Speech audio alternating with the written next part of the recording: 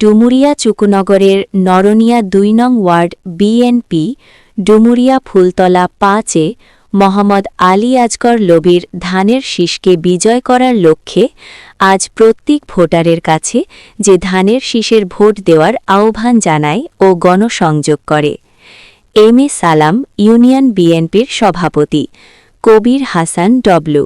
union নির্বাচন পরিচালনা কমিটির সদস্য, শেখ কামাল হোসেন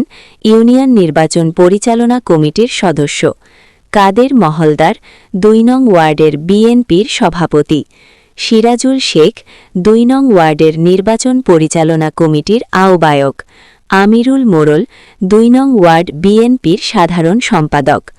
আবুল কালাম মহলদার,